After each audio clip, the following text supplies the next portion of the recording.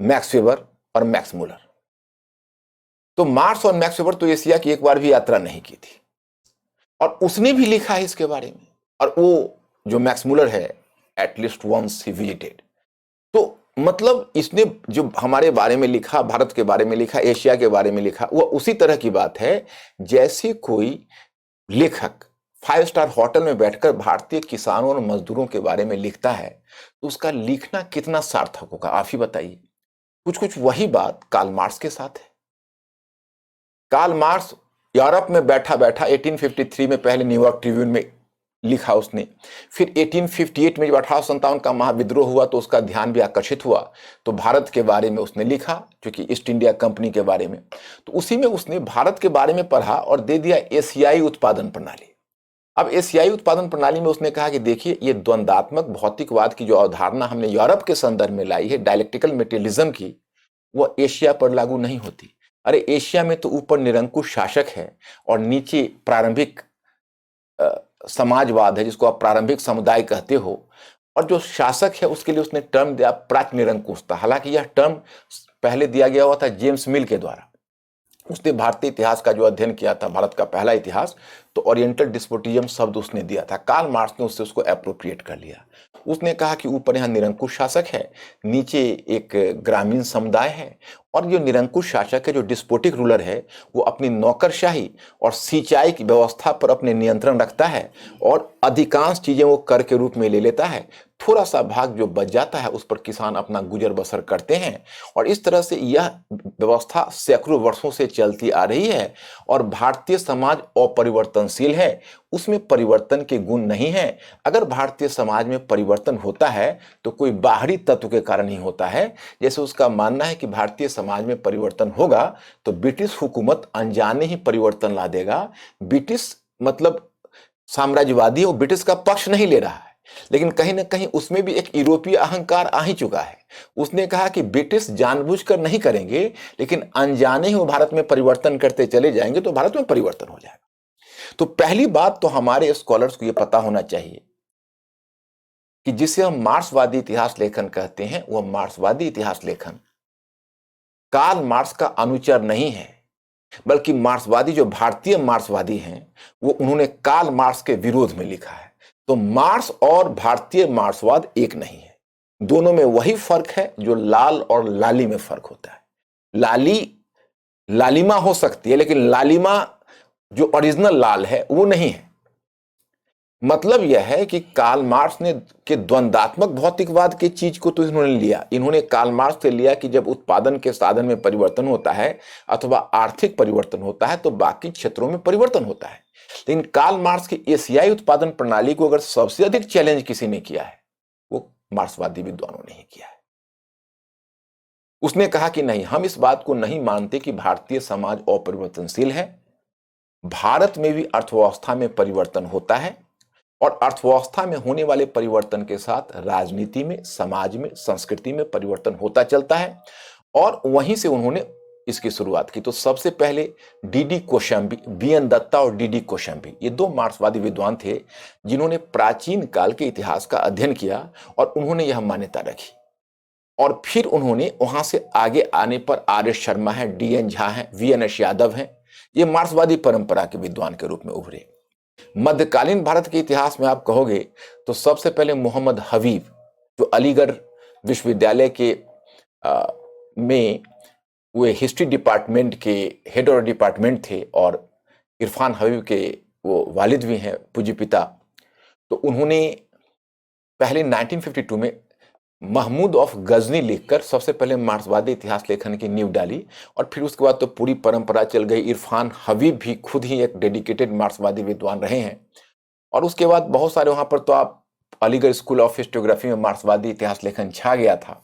वहां से आप मॉडर्न में आते हो तो उसमें कुछ रजनी पाम दत्त, आरपी दत्ता का नाम शायद आपने सुना होगा, ए आर देसाई हैं, तो ये एम एन रॉय हैं, ये सब मार्क्सवादी इतिहास लेखन के रूप में काम लेखक के रूप में काम किया, लेकिन ये सब पहली पीढ़ी के लेखक है। इनके लेखन में थोड़ी सी त्रुटि रही है जिसको कुछ हद तक सुधारा है बिपिन चंद्रा, आदित्य मुखर्जी, मृदुला मुखर्जी। ये सब दूसरे जनरेशन के जो मार्क्सिस्ट हिस्टोरियंस हैं, उन्होंने मॉडर्न हिस्ट्री में काम किया है। हम यहाँ पर यह बताना चाहेंगे कि भाई ये मार्क्सवादी इतिहास लेखन को अगर कोई क्रिटिसाइज या उस पर अटैक करता है, तो अटैक तो देखो, जहां तक सीमाओं की बात है तो कोई भी विचारधारा अपने आप में पूर्ण नहीं होती है। सारी विचारधारा की अपनी एक सीमा होती है। जितने भी दृष्टिकोण हैं, कोई न व्यक्तित्व पूर्ण है, न कोई संस्था पूर्ण है, न कोई विचारधारा पूर्ण है, सबकी अपनी सीमाएं हैं। लेकिन यह मान लेना कि मार्क्सवादी इतिहास लेखन ने भारतीय इतिहास को अपकार किया, ये बिल्कुल गलत है। पहली बात तो मैंने यह बताऊं कि मार्क्सवादी इतिहास लेखन के उद्भव से पहले राजवंश का इतिहास लिखा जाता था। राजाओं के बारे में, उसके युद्ध के बारे में, घटनाक्रम के बारे में इतिहास में तारीखें बहुत ज्यादा महत्वपूर्ण होती थी। मार्क्सवादी इतिहास लेखन ने सबसे पहला काम यह किया, उसने कहा कि देखो, इतिहास में परिवर्तन महत्वपूर्ण है और परिवर्तन की जड़ उन्होंने आर्थिक परिवर्तन में खोजा। जब आर्थिक परिवर्तन होता है तो राजनीति में, समाज में, संस्कृति में परिवर्तन होता चलता है।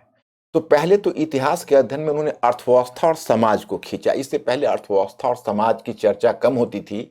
आप अगर मार्क्सवादी से पहले का इतिहास लेखन देखोगे तो आपको वहां पर राजवंश का इतिहास दिखेगा या फिर कला और साहित्य का इतिहास दिखेगा। और अर्थव्यवस्था और समाज के बारे में उसमें जो हिस्टोरियंस होते थे वो 1 या 2 पेज में पूरी अर्थव्यवस्था और समाज को समेट देते थे। इन्होंने अर्थव्यवस्था और समाज को अपना आधार बनाया। और फिर जब इन्होंने इतिहास का अध्ययन शुरू किया तो इसमें इन्होंने कई और बातें स्थापित करने का प्रयत्न किया कि देखिए, अर्थव्यवस्था और समाज इतना महत्वपूर्ण है कि वह जो आर्थिक नीति है इतना महत्वपूर्ण है कि वो राजनीतिक संरचना पर, सामाजिक संरचना पर और संस्कृति पर भी अपना प्रभाव डालता है। इस क्रम में उन्होंने, अब जैसे शासक की नीति है या किसी राज्य या साम्राज्य का उत्थान है, किसी राज्य या साम्राज्य का पतन है, उसकी जड़ वो तात्कालिक आर्थिक, सामाजिक और प्रशासनिक कारकों में खोजने का प्रयत्न किया।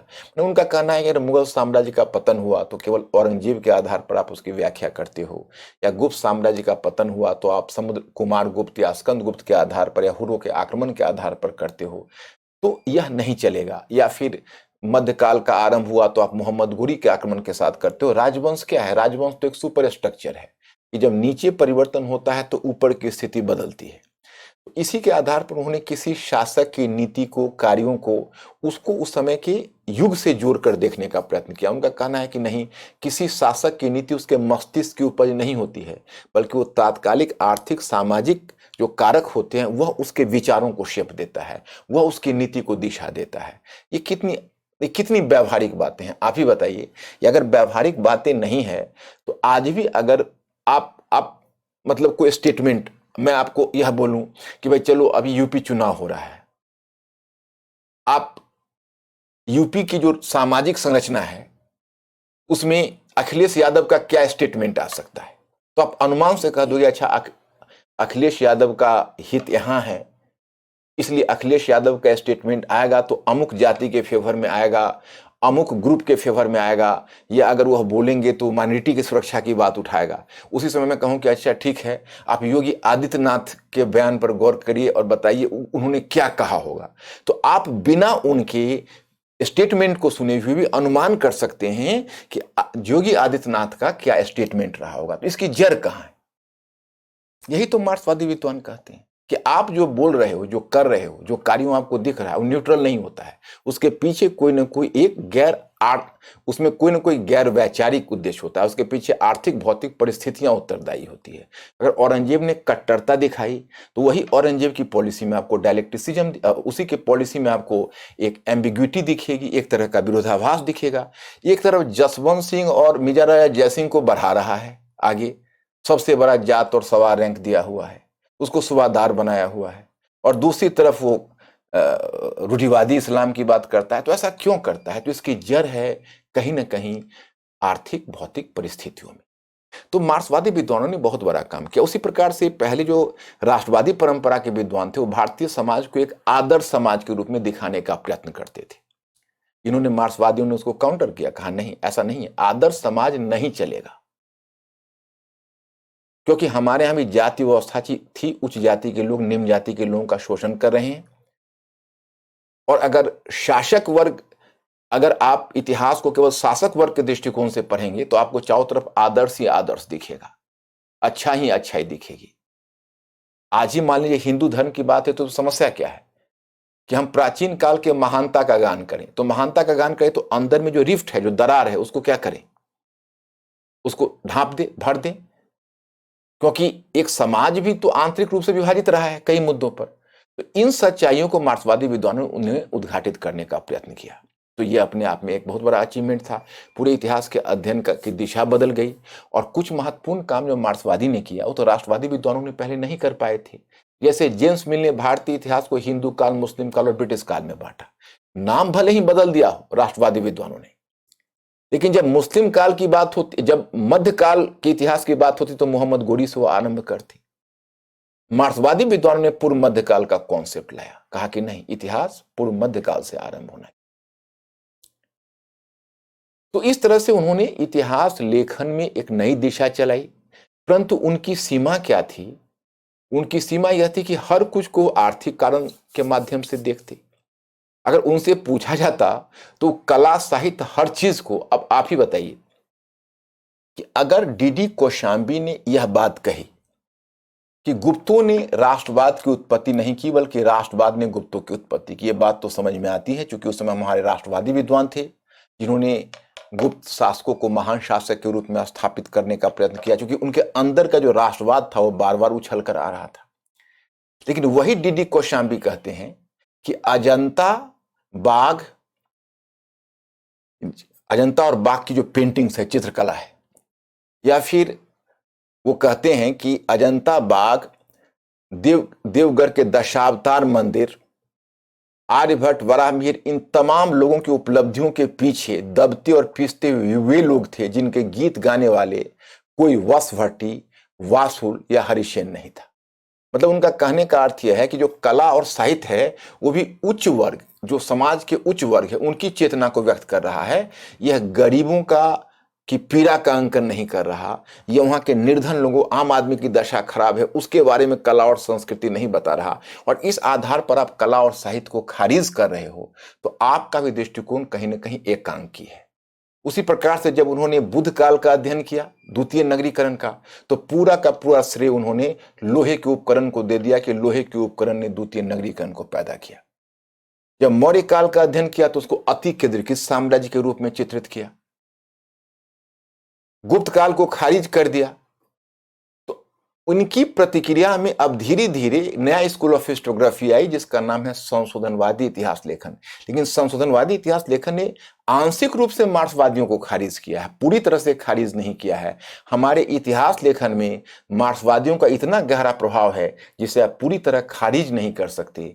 आज कुछ भी हो, लेकिन आज एक परंपरा उन्होंने शुरू कर दी है कि आप आर्थिक बात को दरकिनार नहीं कर सकते, चाहे वो नीति हो, कार्यक्रम हो, संस्था हो, कुछ भी हो, उसके पीछे जो आर्थिक कारक है वो आपको लेकर चलना होगा। और यह देन मार्क्सवादियों का है, हम उसे खारिज नहीं कर सकते। ऑनलाइन रिकॉर्डेड कोर्स का संचालन हमारे application the study bye Manikant Singh पर किया जाता है।